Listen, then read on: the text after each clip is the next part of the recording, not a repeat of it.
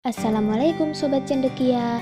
Kali ini kita akan belajar mengenai ideologi Pancasila di era globalisasi. Apakah teman-teman sudah tahu apa itu ideologi Pancasila? Ideologi Pancasila merupakan peran Pancasila sebagai pandangan hidup bangsa yang menyentuh seluruh segi kehidupan bangsa. Lalu kira-kira ada apa dengan ideologi Pancasila dengan globalisasi ya? Jadi, belakangan ini ideologi Pancasila terancam dengan adanya globalisasi. Nah, apa sih globalisasi itu? Globalisasi sendiri berasal dari kata global yang artinya meliputi seluruh dunia atau secara keseluruhan.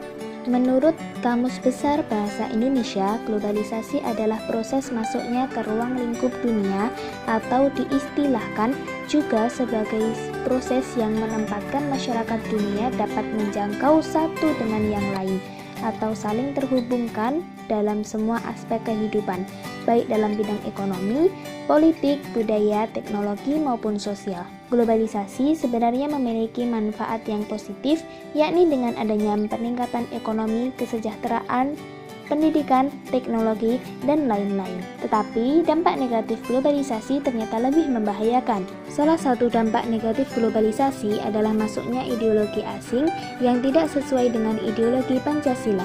Ideologi asing inilah yang dapat mempengaruhi pola pikir dan perilaku warga negara Indonesia, sehingga memunculkan berbagai tatanan baru pada Pancasila sebagai ideologi bangsa Indonesia.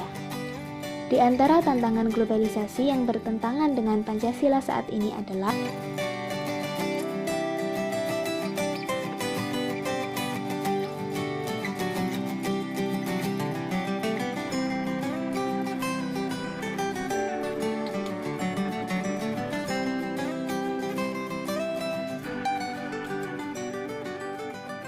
Lalu, bagaimana cara untuk mempertahankan nilai-nilai Pancasila dalam era globalisasi ini? Di antara cara-cara tersebut adalah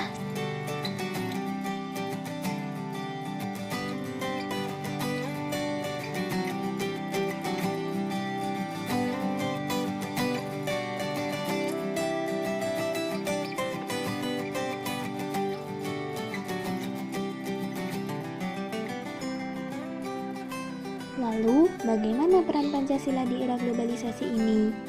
Pancasila tentu saja memiliki peranan penting sebagai filter atau penyaring nilai-nilai baru sebagaimana Pancasila yang bersifat terbuka. Pancasila dapat digunakan untuk memilah mana saja nilai yang dapat diserap untuk kemudian disesuaikan dengan nilai-nilai Pancasila dalam bangsa. Dengan begitu, Pancasila tidak kaku dan menutup jalan bagi adanya perubahan zaman. Pancasila justru memberi kesempatan bagi nilai-nilai baru untuk tumbuh dalam negara dengan tetap berada di bawah kepribadian bangsa Indonesia.